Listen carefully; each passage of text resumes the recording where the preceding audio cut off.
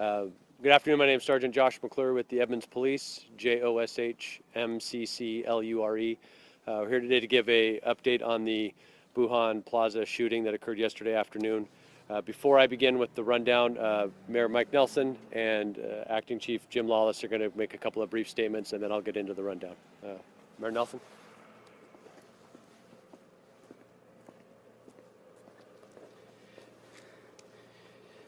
Afternoon.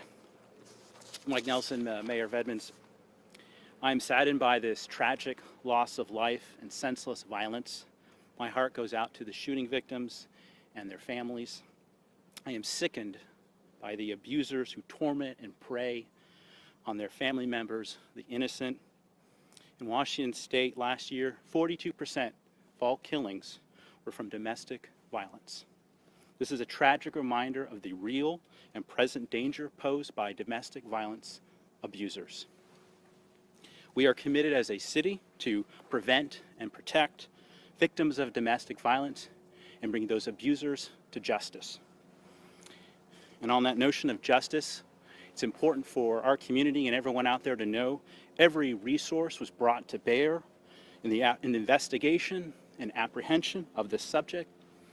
Because of that, within 7 hours, the suspect was flushed out and gave himself up. I want to thank our surrounding agencies for their rapid mutual aid response. For aerial support, we had King County Helicopter, Sheriff's Department, Linwood's drone. Canine support ranged from Snohomish County Sheriff's Department all the way from Arlington PD. Detective support from Mukilteo, Linwood, Everett. Our very own police officers, including those who arrived first on scene, straight out of the field training officer program, providing trauma first aid to those shooting victims. Our South County firefighters and paramedics who provided first aid and transport.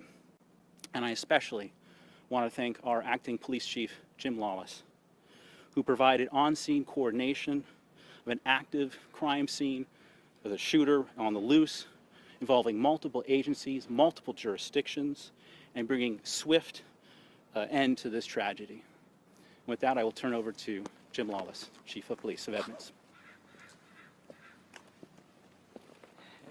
Thank you. I just want to reiterate much of what the mayor said. Unfortunately, the tragic events of yesterday once again brought to light the impacts that domestic violence can have, not just on the victims, but the victims' families and also innocent people, as was witnessed yesterday. I too want to personally thank not only our law enforcement partners and the fire district, the firefighters that responded to the scene. It was an active scene. Everyone dove right in and gave attention to the 3 victims. And without the support, again, of our law enforcement partners and our partnership with the local firefighters, it could have been a much tragic event. The entire event could have been considerably worse than it already is, given the location and the wanton disregard on the part of the suspect. But again, he's in custody, and Sergeant McClure will have further information for you folks on that. I very much want to thank our department members, as the mayor mentioned. First on scene, immediately gave aid to those victims, and several of them are some of our newer officers that are still in their field training program, and they did an outstanding job. So with that, I'll turn it over to Sergeant McClure to address any specific questions that you have. Thank you, Mayor. Thank you, Chief. So we're going to start with the updated information. Keep in mind that some of this information is going to conflict with what was provided yesterday. Things were very rapidly evolving, as some of you saw who were on scene. So I will start essentially with kind of a recap of who we have involved. The first victim that I will discuss is a 24-year-old female from Mountlake Terrace. She is the estranged wife of the suspect. We're using estranged at this time because we know there was a separation, or we're not sure if it is officially the ex-wife or not, so we're using estranged until we're able to have further conversations and figure out what their relationship is. She was working at the market at the time of this incident. Our second victim is unfortunately the victim of homicide. She is a 20-year-old female, also from Mountlake Terrace, and she was the roommate of the estranged wife. She also works at the Boo Han Market. She was off work at 2 p.m. That afternoon. And let me back up. The first victim, the estranged wife, she is the victim that had suffered gunshot wounds to the face. The second victim, initially, yesterday we reported that she only received gunshot wounds to the arms. However, in talking to the officers that treated her at the scene, as well as what we learned at the hospital, she also had gunshot wounds to her abdomen and torso, and ultimately she succumbed to those wounds at the hospital. Our third victim is a 23-year-old male who was identified as the boyfriend of our homicide victim. He received gunshot wounds to the legs and torso. As of right now, the estranged wife is in serious condition, and the male patient is in stable condition. Before going into surgery, the wife reported that her husband had threatened to shoot her not only the day before this incident, but also yesterday during the day. With that information, our detective was able to start acting on associates and pass that information on to detectives who were at the scene, and that's what really launched the investigation into our known suspect. As I mentioned, the wife was still working at the store.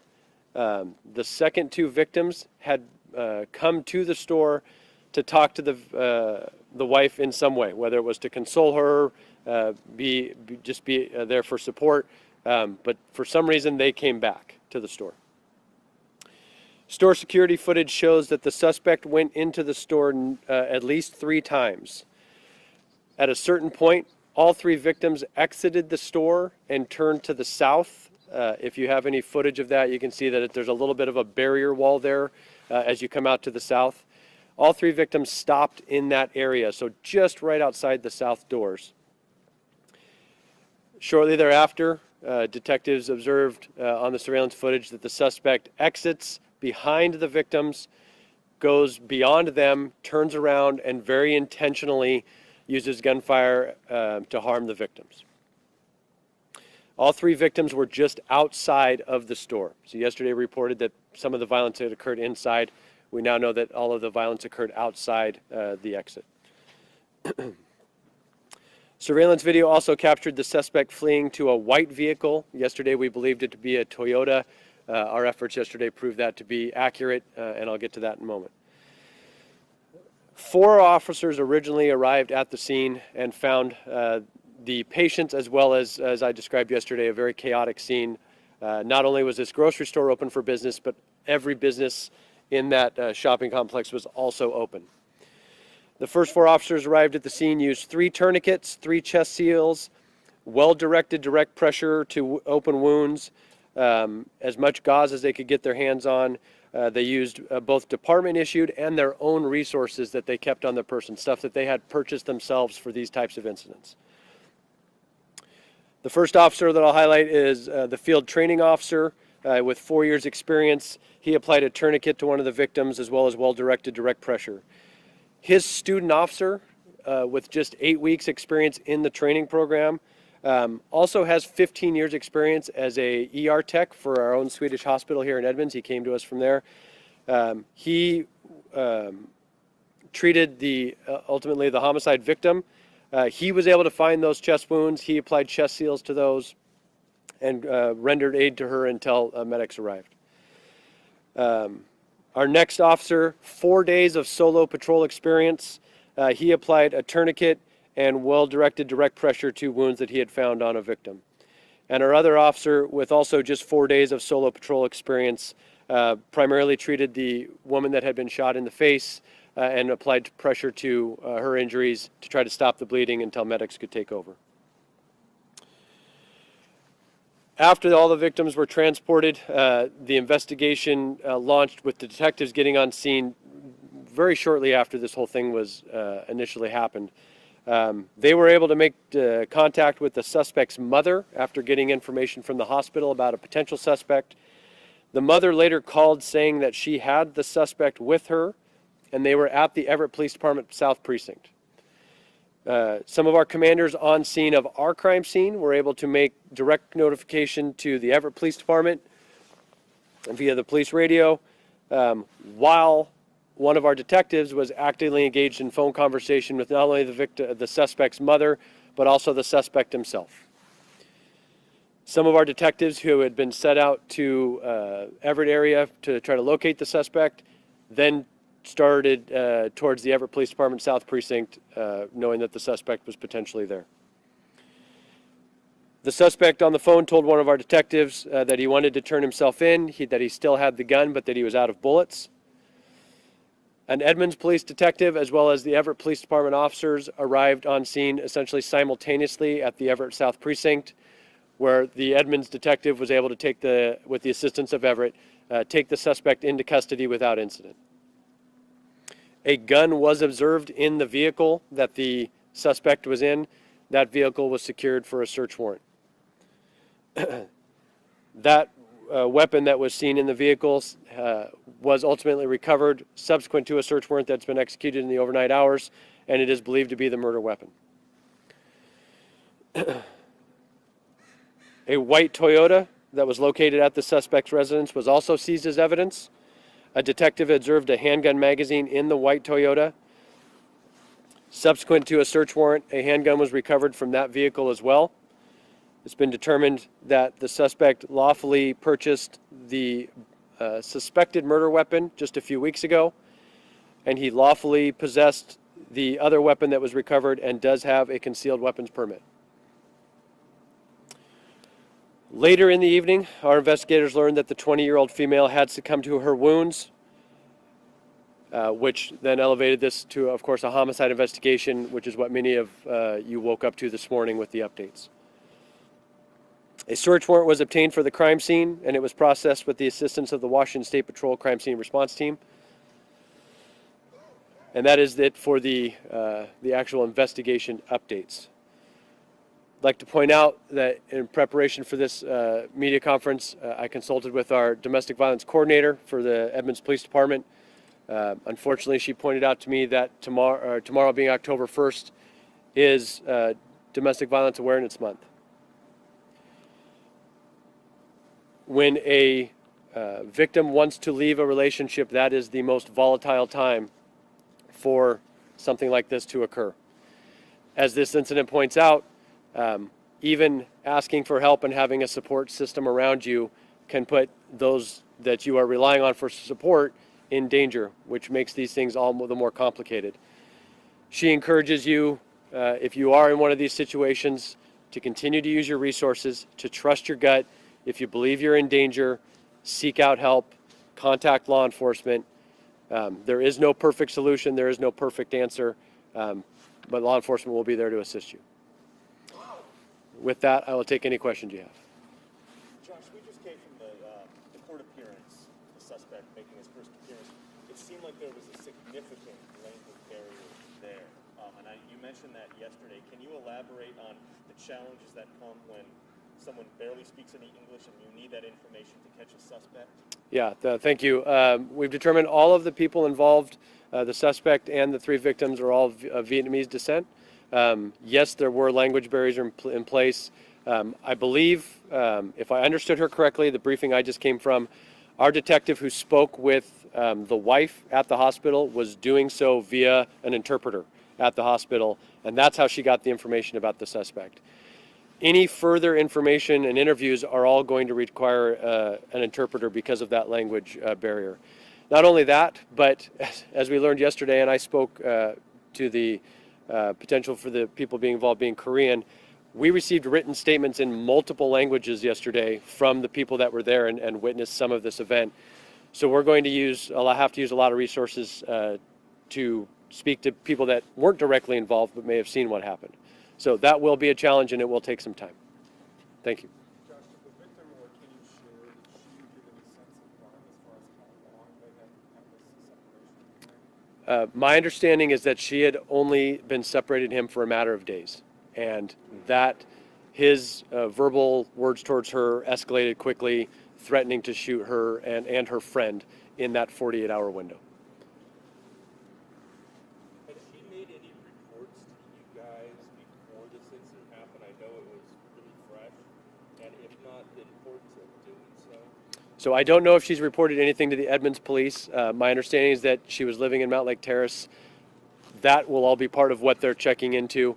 The detectives that handled this initially last night didn't go home until about 6 o'clock this morning. They got a few hours sleep, and now they've all just come back to start figuring out who's on first and who's going to handle what responsibility. So that will definitely be part of that. To my knowledge, we don't have anything that was reported in that 48-hour window. The importance of, if there are a threat like that, to call you guys? Yes, and we understand the challenge of reaching out to law enforcement because we know that can escalate behavior. If you feel unsafe, we are there to help you. Our domestic violence coordinator is very, very good at setting up a safety plan. So in terms of the Edmonds Police Department, we encourage anybody to reach out if they feel unsafe, and we will do our best to help you. Is your understanding that the coworker slash roommate and her boyfriend went back to the store to console her about the separation? That would be an assumption. I think it's a fair assumption at this point, but we don't having not had a chance to interview them directly yet, we're not sure. Given the language barrier that you just mentioned, and it's so much information coming in, how critical was the surveillance video in helping you hone in on a suspect so fast?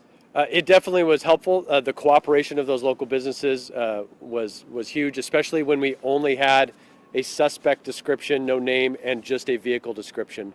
And with that vehicle description of a white Toyota, a lot of white Toyotas got stopped on traffic stops yesterday afternoon in the South Snohomish County area, speaking to the efforts of our law enforcement partners that were trying to help us. But once we had further information, we were able to narrow down. That was helpful. But just the willingness of those businesses to share that video surveillance was really helpful.